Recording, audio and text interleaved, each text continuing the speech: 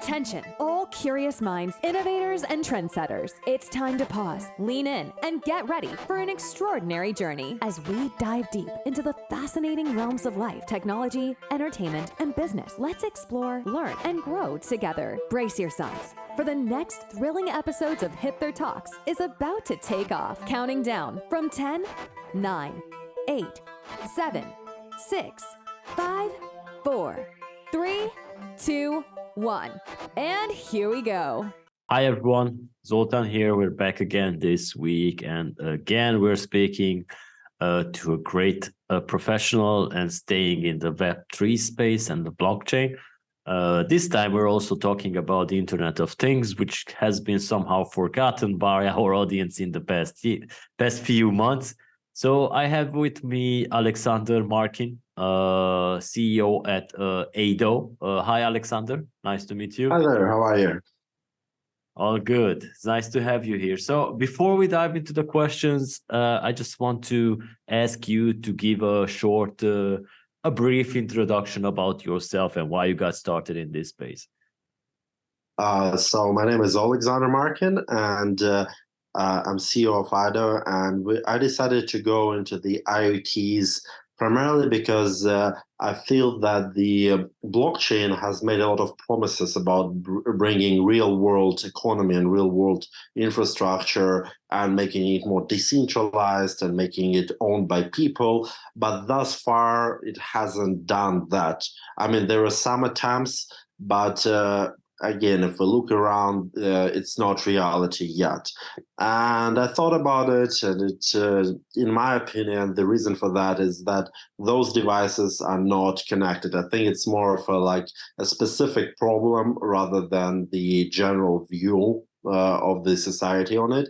So, and that's a problem we are trying to solve. So we want to bring those real economy, real production engines to the Web3. So letting you to connect it to smart contracts, letting you utilize those things. All right. So definitely there's space for security in that space. So that's why I think and most probably in your opinion as well, the Web3 smart contracts are the safest way to safeguard our data. The safest and the most reliable. All right. So can you share with us the vision behind the AYDO, and how does it aim to transform the Internet of Things space using the Web3 technologies?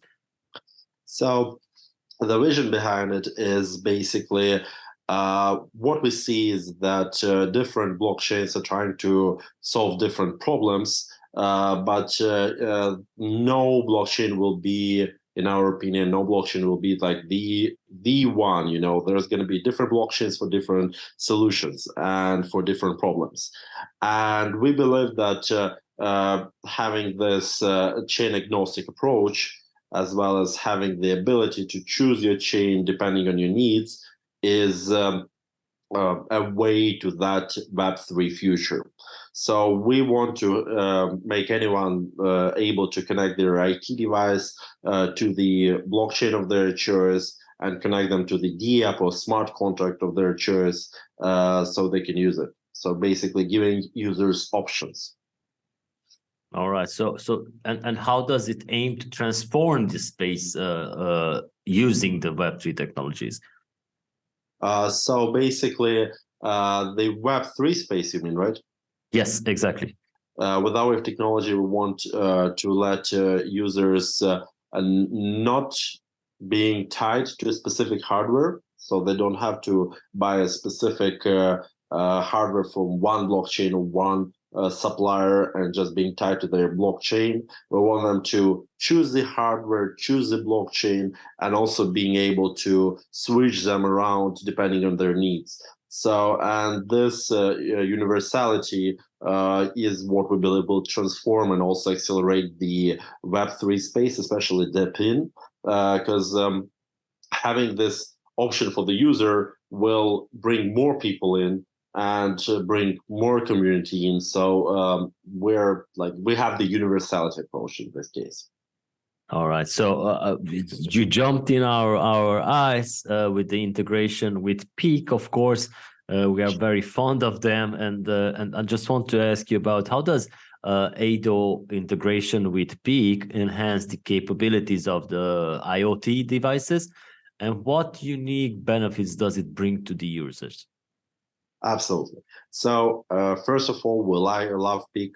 They have good network. They're very Web3, which we like.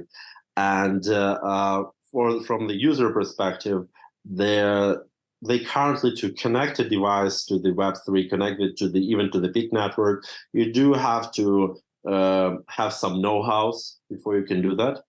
And usually, some specific know-hows. So what we want to do is we want to let you take your sensors, like, for example, you already have some motion sensor, or you already have some humidity sensor, and we don't want you to buy a new one, but instead take what you have and connect it to this wonderful blockchain. So we basically here are a bridge that allows you to connect those devices and use the data to prove things. So our approach is let you take the data and do what you want with it. You are the owner of the data, and you can use it to prove your behavior, and you can use it in smart contracts.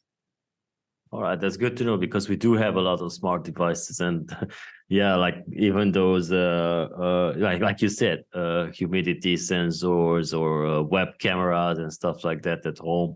And so there are growing concerns about the privacy in the smart home market. We have covered this in 2018, as I remember, and now 6 years after that, it's now is the time to act on it. So how does AYDO ensure the data remains secure and private on its platform?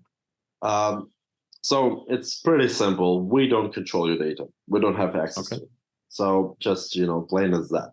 And again, it will also, as I mentioned, we're a bridge. So, if it's going to be a B2B solution, it may have some variety. But currently, we want to move to the pure Web3 space at some point. So that's the idea we have behind. So we have no access to your data. You're the one who controls it. You're the one who decides who have access and stuff like that. All right, that's fair. So how many devices can you currently support? So for the current work with Peak we're aiming to support a little under 3,400 devices. And that's from little over than 400 vendors. So really, it's going to be on a protocol level. So for the user side, it's really wouldn't matter what vendor they have, what company made the device. As long as it supports the protocol, we can connect it. All right. So I'm also interested if you guys, how do you contribute to the economy of things on Peak, and what are some potential use cases you foresee in the near future? So when it comes to use cases for the technology and use cases for proof of behavior, it really is limited by the user's imagination as well as developers' imagination. So basically, one of the examples would be Airbnbs. So if you had Airbnb before, I assume most of our listeners did, you have some rules, don't bring people over, don't be too loud, don't knock your doors, so etc., etc., etc. And then you can run into the questions with your renter of whether you did that or not, whether whether your neighbors just complains for no reason, or you actually had a party.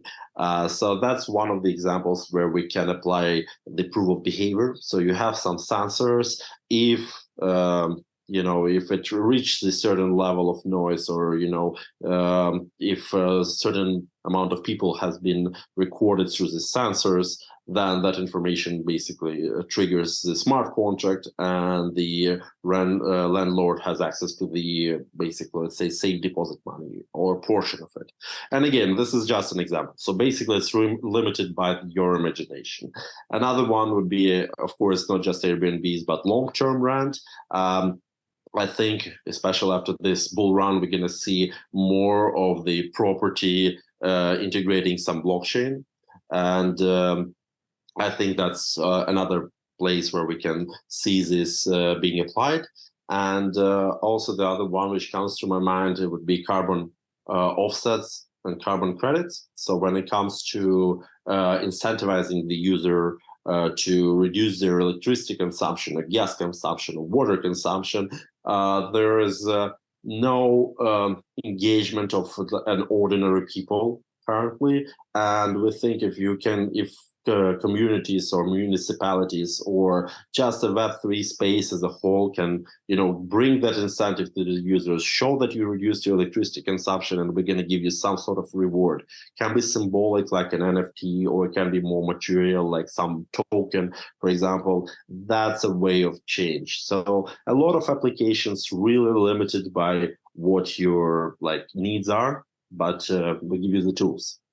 All right. So could you maybe further explain the concept of proofs of behavior? So when I say proof of behavior, is basically you showing that certain events happen. So how do you bring real life to the smart contracts? How do you bring it to the blockchain? You need some way to interact with the world outside of the digital, space. And the way to do that is through sensors. We have pretty advanced sensors nowadays. You have motion, temperature, light, you name it, humidity. And you can, taking them all in the account, you can show some behaviors. Again, yes, of course, you can speculate that, okay, that, the sensor may glitch or whatever, that may never have happened, but that's the same thing as with legal. You basically have some triggers for the contract. Let's say 4 out of 5 sensors reported that the event happened, then we will consider that the event happened. So, and that's the approach of real live behaviors coming to the blockchain, and that's the approach of proof of behavior. We also want to integrate zero knowledge proof, so you don't have to share your personal data. Let's say you had some people coming over and you didn't, let's say, exceed the amount of people you can have over, but you don't want to reveal any identities or, any specific time frames or anything like that. That's where the zero knowledge can be an ideal tool and an ideal way of basically delivering the information. But again, this is a little down the road. We're doing it step by step, but that's definitely something we want to add. All right. So what factors should a DePIN consider when choosing between a mission-specific and a general-purpose layer 1 blockchain? So from us, it's, of course, the stability of the chain itself. Also, that's the cost of the transactions, because when it comes to DePIN, and basically when it comes to IoT devices, the sensor can send information every couple of seconds, and that's a big volume. So basically, cost of transactions, amount of transactions, the speed, the TPS of the chain itself, and also another more abstract but still considerable part is education of community. Because if you go to a random blockchain which can have many different people in it, but they may not know about DePIN, and it's a long way to educate. So getting a blockchain that has some community around, people who already know what IoT is, have some idea about the DePIN, it makes it way much more easier. All right. So basically, we have asked this question from multiple guests, and they all came with the same answer as you did. So, and I think there were at least 8 guests in the past season who we asked this similar question. So, another thing that I'm interested in is what steps is AYDO taking to ensure a seamless and user-friendly experience? I'm talking especially for those who may be new to the IoT or blockchain technology space. So in the end of the day, we want experience to be as easy as possible for the new users as well as an experienced one. it will be a constant improvement process. So it's not going to be done in a day, but we do have people who will do the detailed UX for the people, for the users. So it's easy for them to navigate. We aren't very intuitive. We're also going to have a step-by-step intro for the new users, and we want to include the people who are not familiar with Web3 yet, so we can direct them to educational resources and give them some some idea about this space. And finally, again, it's a detailed documentation. All right. So when have you guys launched? What is that again? When did you launch?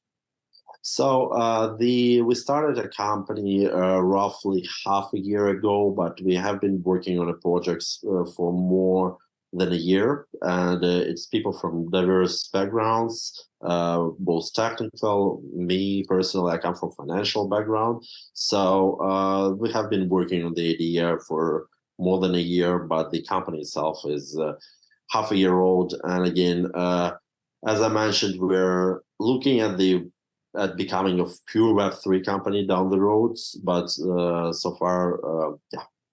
Yeah, there's a lot of work and it's showing. So that's why I ask you, because it seems that you guys did a lot of work in such a short period. People we have on board are very experienced. So our IoT professional has more than 20 years of experience with IoT devices, so he knows his stuff. All right, so this leads me to my next question about the future developments or upcoming features that you guys may have for the users. So what can the users expect from your company in the next couple of years? So I think there will be a lot of good surprises, but primarily, as I mentioned, we want to integrate ZK. That would be on the roadmap, and that's what I want to do in the nearest future. We also, like in general as a vision, we want to become a universal bridge. So we want to bring that option to the users of choosing blockchains, choosing their hardware, not being tied to anything. We also want to make it easier for the users who are not familiar with, let's say, small computers, Raspberries, and stuff like that. So people who just want to do some business applications but don't want to dig into that stuff, we want to bring them also ready-made solution, more like a hardware. But again, this is more on the roadmap, so no hard promises yet, but we're considering that. All right. So yeah, I think that when people think about IoT, Internet of Things, are always thinking about that. Say you have an Alexa or some computer or AI assistant where you can just say to do things around the house or download something for you. But I'm experiencing in the past days that I'm using Android Auto, and when I'm driving, I maybe have some idea that I want to just search for, and I always say, "Hey Google," and I tell him the question. But every time in the past, maybe 6 months, that it did not understand correctly or stuff like that. So I started using ChatGPT with the voice for the application, and it does wonders. So my question is about the challenges, because I know that we are facing many challenges when it comes to technology nowadays. And what are some of the biggest challenges and opportunities you see in integrating IoT with blockchain technology, and how are you guys addressing these? So when it comes to challenges, I would say data ownership is a big one. So when it comes to, like you just mentioned the ChatGPT and Google, and basically most of the big well-known companies you mentioned will have your data. You will have no control over data, a very limited one. And that's where we want to make an impact. So we want to bring the user ownership of the data, but also a way to monetize. All right. So because for a lot of people, if the data is depersonalized, or just non-personal in the beginning, it really doesn't like make any worries for them. They're willing to share it, but as long as they know what exactly they share and who exactly takes it, and they want to know that only that data is shared. So, and when it comes to big companies, you're just relying and trusting them. So we want to change that approach. We want to bring people ability to choose what they do with the data, and also choose ways of monetizing their data. They don't have to do it with all of their data, but just with some portion, or if they want to, they just can keep it, and that's it. So I would say data ownership is a big one, and that's the way we address it. We bring the ownership of the data to the user. The other one is immutability of data. So if you look at the past, I would say, decade, every year you'll see a lot of headlines saying this company has been hacked, that company has been hacked, here and there. And when it comes to smart contracts, you want to make sure that you don't lose money just because of some error, or because somebody went into the database and changed a couple of numbers. So that's where we apply blockchain. We hash the data with the blockchain, so we know that the data hasn't been changed. And finally, again, the how do you prove certain things without revealing too much of details? And that's where the zero knowledge comes in. And that's, again, a major thing on our roadmap. All right. Thank you so much, Aleksandr, for your time. And if you have any parting words, just let me know. Thank you so much for having me. All right. Thank you. And thank you for our viewers and listeners for joining us.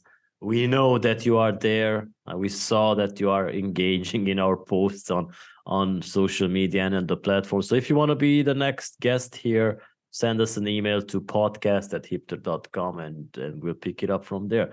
All right, Aleksandr, wishing you strength ahead for this full year, and hopefully meet you somewhere in person. Thank you so much. And also all the listeners, please subscribe to our Twitter and our Telegram channel. We would love to keep you updated and engage in conversations. All right. Thank you so much. Bye-bye. And that's a wrap for this section of Hipther Talks. Thank you for being a part of our journey today. Don't forget to tune in next week for more insights and discussions. Stay connected with us on Spotify, YouTube, Google Podcasts, Amazon Music, Apple Podcasts, and more. Until then, keep exploring and keep growing. We'll see you next time.